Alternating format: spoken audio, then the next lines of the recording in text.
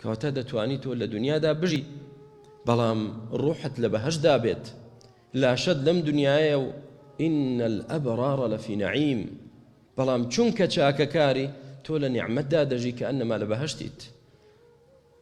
ئیبن تەیمیە ڕەحمەتی خوای گەورەی لێبێ دەفەرمێ ئەو بەهەشتەی خوای گەورە لە ڕۆژی دوایی دایناوە سەرەتاکەی لەم ژیانی دنیا دەست پێ دەکە.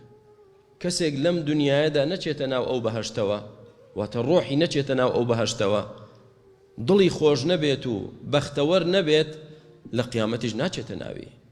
چۆن دڵمان خۆش بێ و بەختەوەر بین؟